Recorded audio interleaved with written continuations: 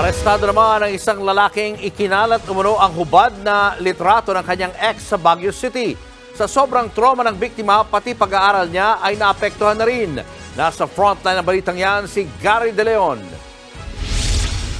Sinalakay ng mga operatiba ng Regional Anti-Cybercrime Unit ang hotel na ito sa Baguio City. Ang target nila, ang lalaking yan na siyang nagpakalat umano ng mga hubad na larawan ng dati niyang kasintahan. Ayon sa mga pulis, ikinasin nila ang operasyon matapos magreklamo sa kanila ang mismong kasintahan. Kasama mismo ang biktima sa entrapment operation. So ito kinasangan namin kahapon yung entrapment dahil ang ano ng suspect, makikipagkita siya sa kanya at sasamahan siyang matulog, magdamag para i-delete yung kanyang nude photos at saka sex videos dun sa kanyang cellphone. December 2022, nang magkakilala ang 19 anyos na biktima at suspect sa isang mobile game.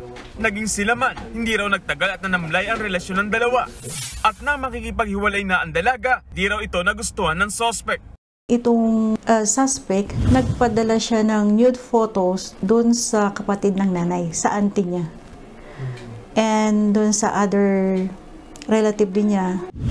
Dahil sa pagpapakalat ng mga maselang litrato, apektado na maging ang pag-aaral ng biktima. Pati ang kanyang pamilya, labis nang nasaktan.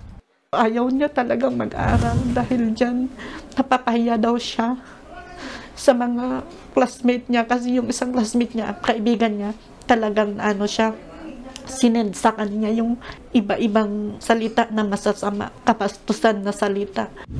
Sinubukan namin kunan ng panig ang suspect pero tumanggi siya magsalita. Nahaharap ngayon ng suspect sa paglabag sa Anti-Violence Against Women and Their Children Act, Grave Threats at Anti-Photo and Video Voyeurism Act.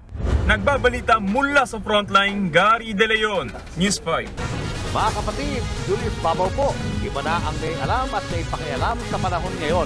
Huwag maging huli at maging una sa lahat sa balitaan. Mag-subscribe at mag-follow sa social media pages ng News 5.